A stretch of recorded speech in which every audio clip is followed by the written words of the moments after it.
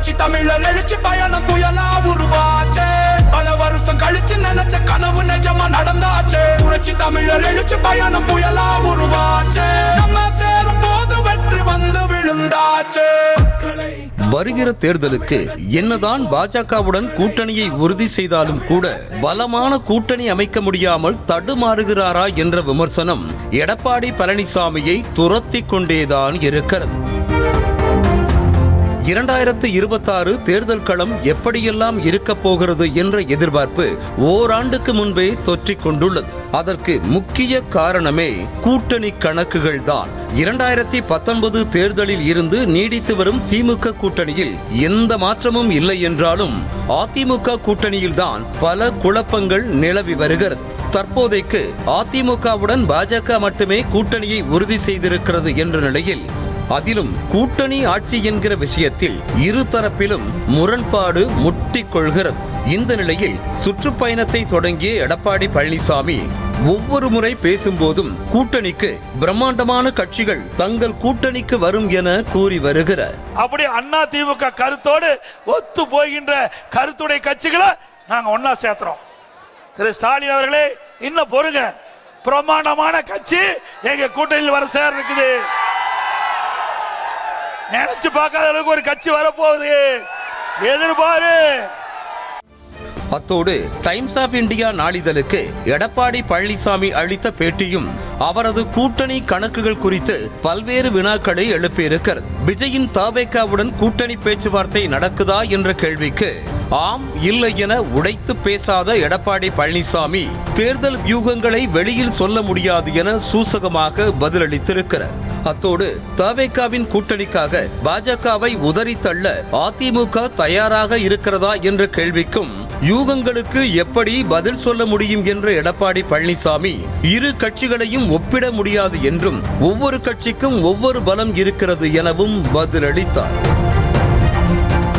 திமுகவை வீழ்த்தி ஆட்சிக்கு வர பாஜகவுடனான கூட்டணி மட்டுமே போதாது என்பதை மனதில் வைத்து கூட்டணியை பலப்படுத்த எடப்பாடி பழனிசாமி நினைத்தாலும் தற்போதைய சூழலில் யாரும் அதிமுக பக்கம் வர தயாராக இல்லை என்பதையே காட்டுகிறது. பாஜக இருக்கும் இடத்தில் தவேக இடம்பெறாது என விஜயே செயற்குழு கூட்டத்தில் தீர்மானம் போட்டு தெளிவுபடுத்திவிட்டார். அதோடு கூட்டணிக்கு யார் தலைமை, முதலமைச்சர் வேட்பாளர் யார் என்பதில் அதிமுக தவேக இடையே இமாலய சிக்கல்கள் இருக்கிறது. மேலும் அதிமுகவுடன் கூட்டணி வைத்து எடப்பாடி பழனிசாமியை முதலமைச்சராக்க தவேகவினர் கொஞ்சம் கூட தயாராக இல்லாத சூழலில் கட்சியினரின் விருப்பத்தை மீறி தலைமை முடிவெடுக்க வாய்ப்பில்லை என்பதும் கிட்டத்தட்ட உறுதியாகிறது. இன்னொரு பக்கம் பாமக தேமுதிக கட்சிகள் இன்னும் கூட்டணியை உறுதி செய்யவில்லை என்றாலும் கூட்டணி ஆட்சி என்ற கோஷத்தை கூர்மையாக்கி வருவதை பார்க்க முடிகிறது. கூட்டணி ஆட்சி என்ற நிலைப்பாட்டை எடப்பாடி பழனிசாமி ஏற்றுக்கொள்வாரா என்ற புள்ளியில்தான் தேமுதிக பாமகவின் அடுத்த கட்ட நிலைப்பாடும் உறுதியாக வாய்ப்பிருக்கிறது. இந்த சூழலில் எந்த கட்சியை மனதில் வைத்து பிரம்மாண்ட கட்சி கூட்டணிக்கு வரும் என எடப்பாடி பழனிசாமி பேசி வருகிறார் என்ற கேள்வி எழுந்திருக்கிறது.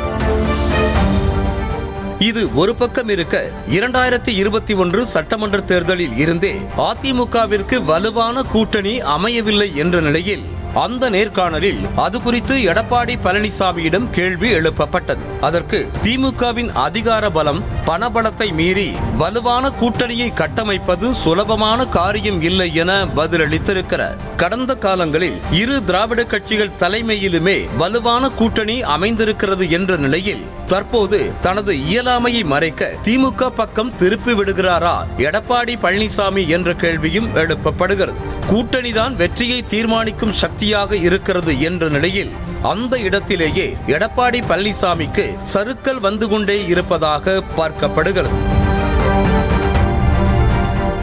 கடந்த 2024 மக்களவைத் தேர்தலிலும் பாஜக கூட்டணியில் இருந்து வெளியே வந்த எடப்பாடி பழனிசாமி பல கட்சிகள் அதிமுக கூட்டணிக்கு வரும் என கடைசி வரைக்கும் வைத்து பேசி வந்தார். ஆனால் கடைசியில் 1% கீழ் வாக்கு வங்கியை வைத்திருக்கும் தேமுதிக மற்றும் எஸ்டிபிஐ புதிய தமிழகம் கட்சிகள் மட்டுமே வந்தன. தற்போதும் அதே பாணியில் கூட்டணிக்கு பல கட்சிகள் வரும் என எடப்பாடி பழனிசாமி பேசி வரும் நிலையில் எடப்பாடி பழனிசாமி சொல்வதைப் போல திருப்பம் நடக்குமா அல்லது பொய்த்து போகுமா என்ற எதிர்பார்ப்பு ரத்தங்கள் மத்தியில் எழுந்திருக்கிறது. தேர்தல் வரைக்கும் இப்படி சஸ்பென்ஸ் வைத்து பேசி தொண்டர்களை உற்சாகப்படுத்தும் யுக்தி கடைசி நேரத்தில் வாக்குகளாக மாற கை கொடுக்குமா என்ற கோணத்திலும் யோசிக்க வைத்திருக்கிறது. இதற்கிடையே அதிமுக பொதுச் செயலாளர் எடப்பாடி பழனிசாமியின் கூற்றுக்கு தவேகாவினர் யாரும் பதிலளிக்க வேண்டாம் என விஜய் தரப்பில் அறிவுறுத்தியிருப்பதாக தகவல் கிடைத்திருக்கிறது.